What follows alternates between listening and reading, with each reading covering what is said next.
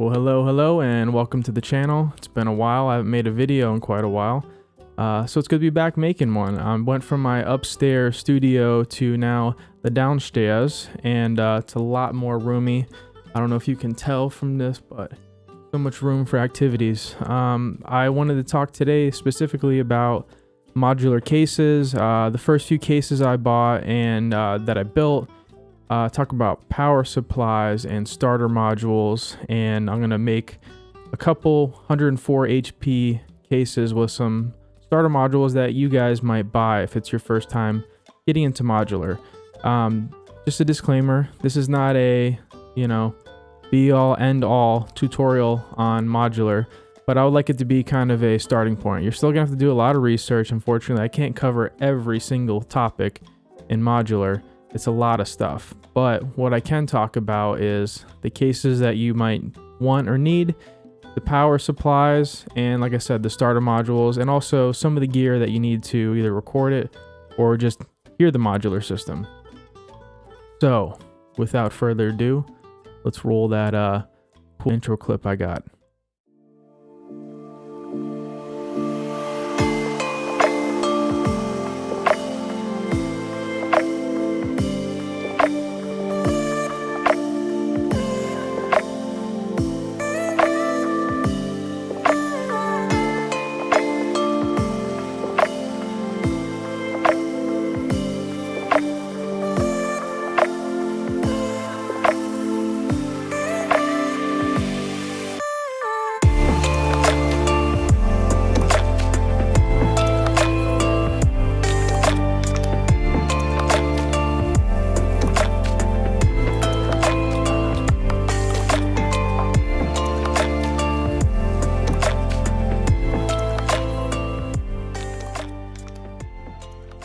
So the format for modular synthesizers that we're going to be using is Eurorack, which is 3U. That's the size of the modules that you're going to be buying in the case that you're going to be building or buying. 3U determines the height of the module.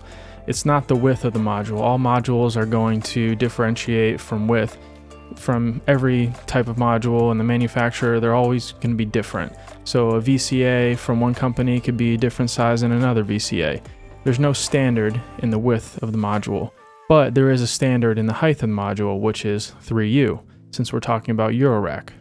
So when you buy your first case or build your first case, you want to usually buy something bigger than you think. And I say this because I went down the deep rabbit hole of modular, and I eventually ended up building a giant case. And then I went back to smaller cases and bigger cases, so you're always going to want a bigger case just so you can grow. Now, what I was talking about with the 3U specifically, that's the height, right? So if you have a 6U case, that means you have two rows that you can work with. And then the HP is the width of the module. So 3U is a single row, and then your HP is going to determine your width. So if you have a 3U case, it's one row, and say it's 104 HP, that's how much width you have to work with. So my first case that I bought was from Control in Brooklyn, and it happened to be a very simple, just basically plywood screwed together or glued together, and it had rails attached to it. So this is what it looks like.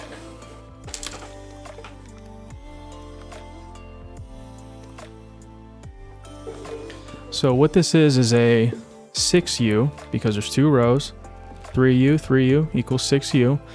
It's a 6U case, and I believe it's 104 HP wide. So that means total, my dog barking, I have 208 HP to work with. Each row has 104, and each row is 3U. Let's go over that again. Simple math, 6U, 208 HP to work with. So now that we got the idea of what 3U is in HP, building your own case or buying your own case, that's kind of up to you.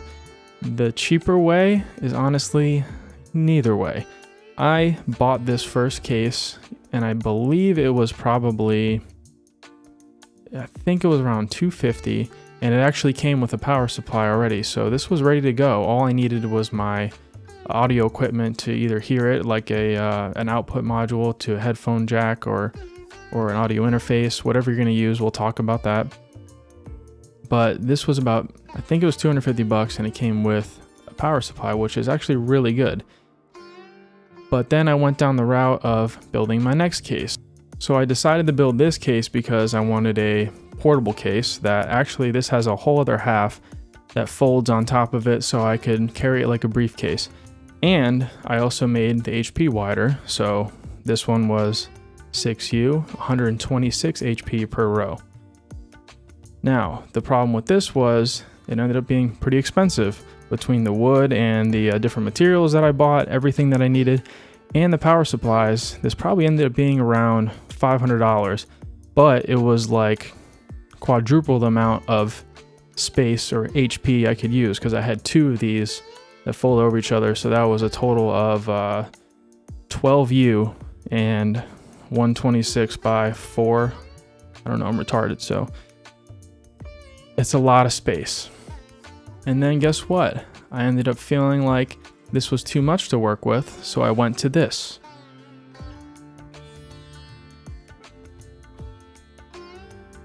So with this case, it was a little more compact and it was a little bit more of a focused system. I kind of wanted to just focus with that case, make YouTube videos and stuff like that.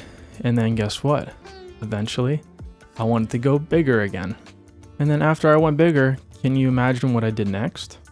I went smaller again. Big surprise.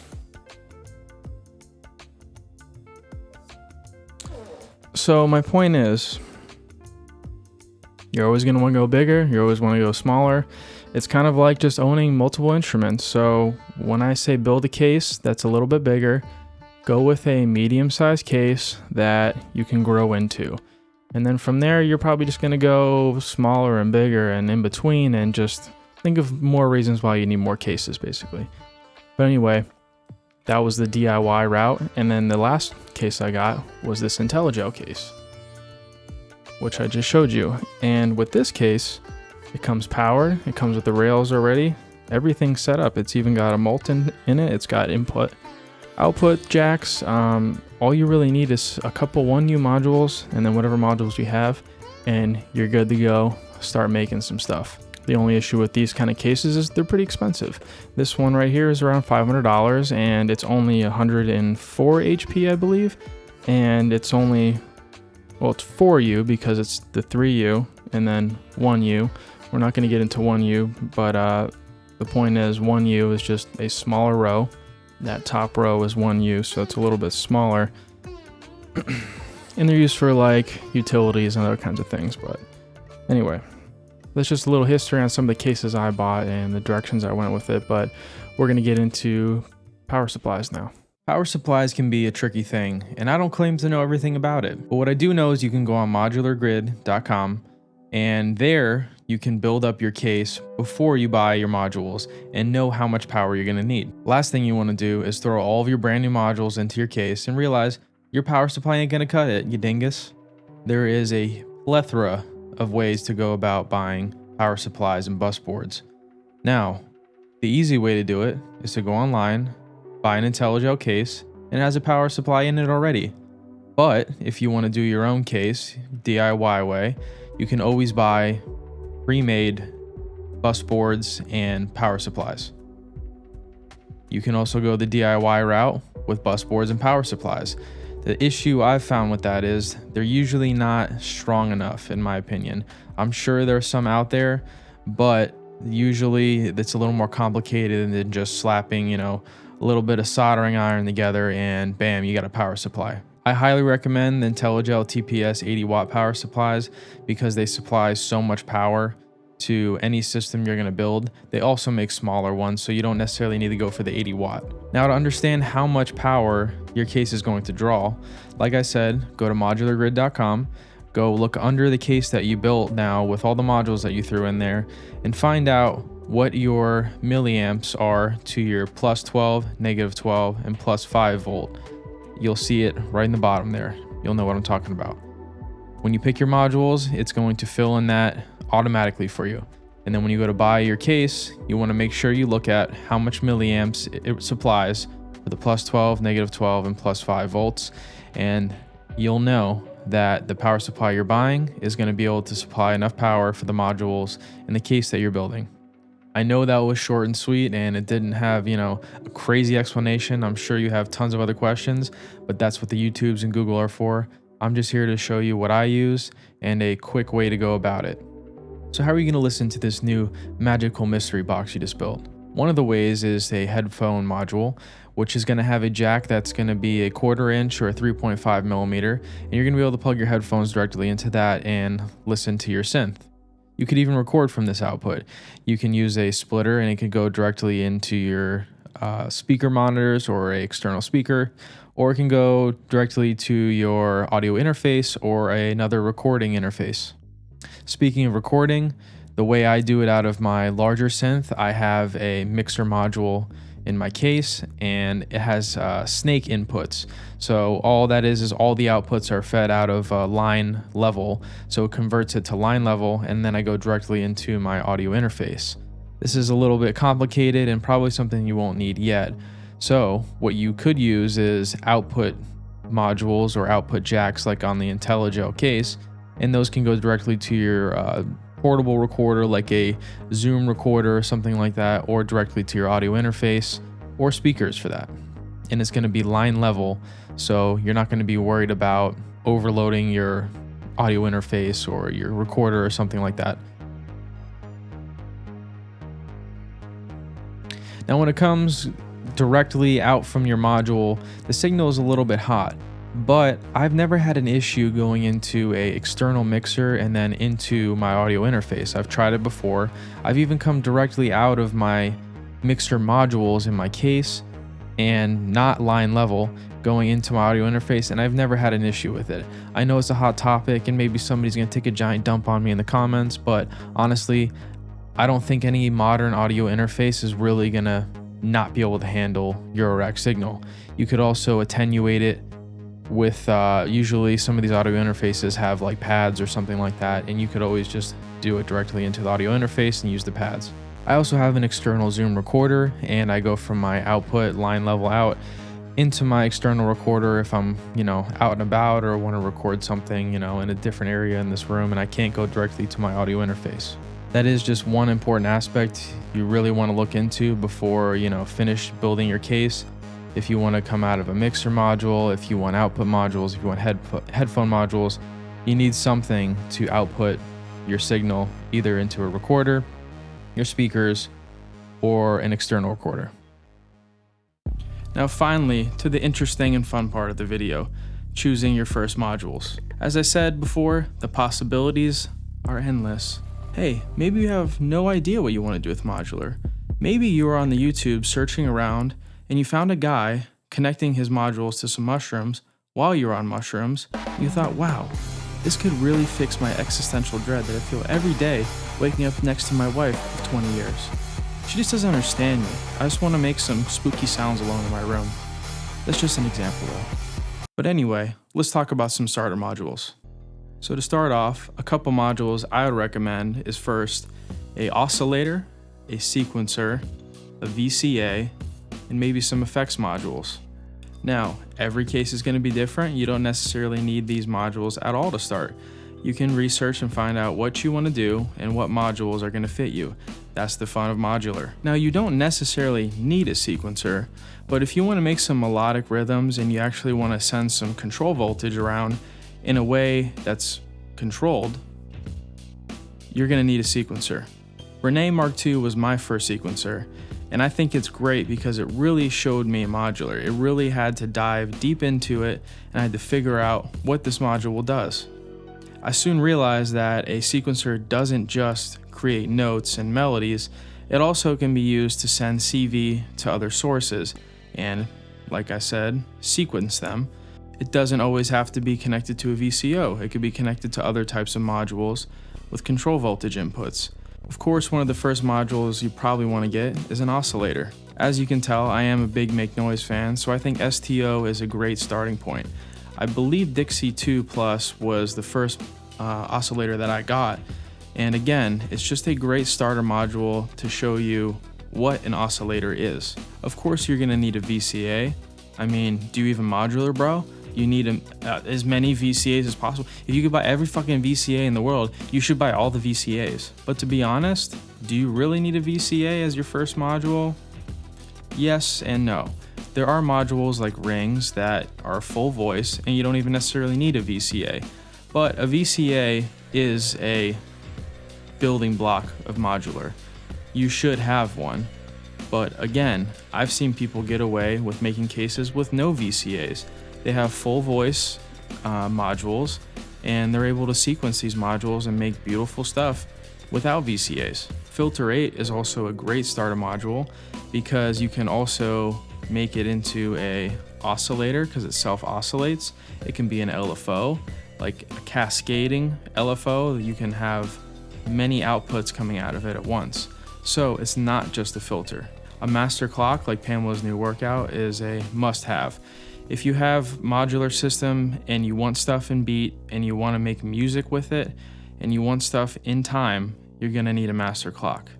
That's why I recommend Pamela's new workout because it's so versatile and it's just a building block again to modular. So if you're still watching this video after all this blabbering I've been doing, here's the fun part. I'm gonna build 3 different cases and they're all gonna be focused on different tasks. They might be like a drone, a sequencer, a drum machine.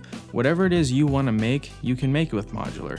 So I'm going to have a 104 HP case and I'm going to build some focus cases and you're going to kind of see what I mean by nothing set in stone. You can make whatever you want and you don't have to have certain things to make a cool modular case. So let's get into some cool patches. So everything you see here in this case are pretty much my favorite modules. So what we got here then is Dixie 2 Plus being sequenced by Renee Mark II, Pamela's new workouts and master clock and some modulation. Dixie 2 Plus is going through filter 8 and then into mimeophone and mimeophone into beads. Contour 1 is a function generator which is supplying the envelope to the VCA. And with this particular patch, I have carpless strong through mimeophone, which means I have the mix all the way up. I have the zone to the smallest zone possible and the repeats all the way up, and then I'm sequencing it. So it gives you this weird, eerie kind of tone. And we're gonna do some kind of like, imagine it as like a, I don't know, like a part of a movie score or something like that.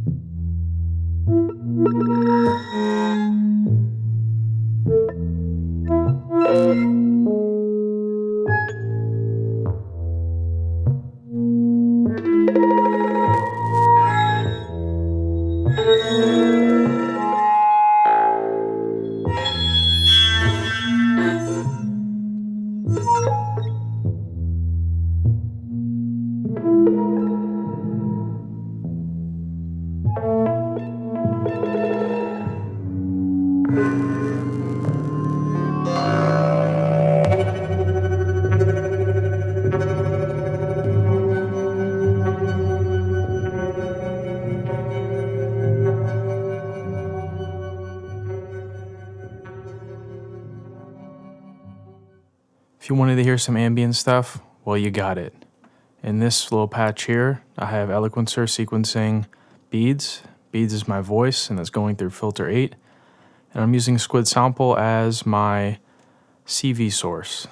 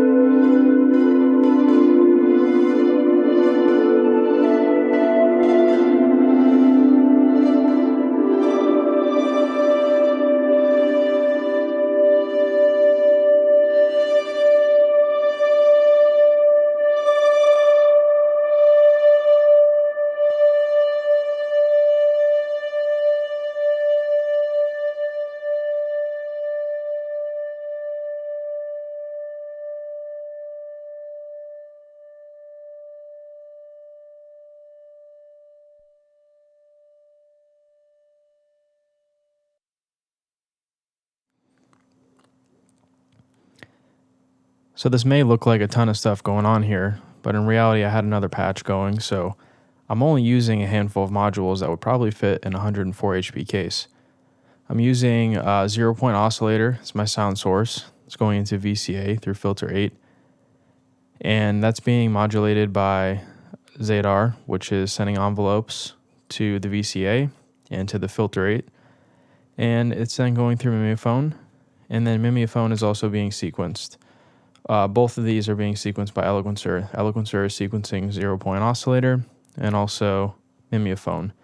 Whenever I put Mimeophone into a Carpless Strong style kind of sound.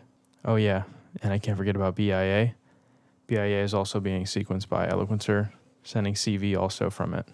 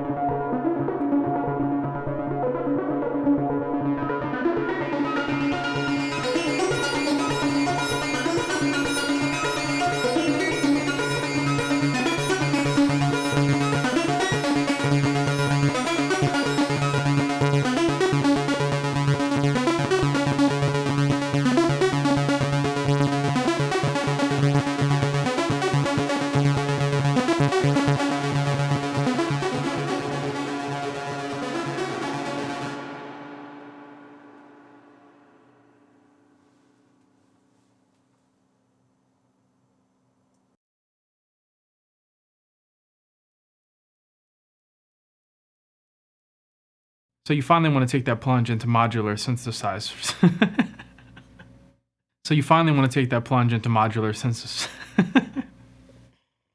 I can't say modular synthesizers.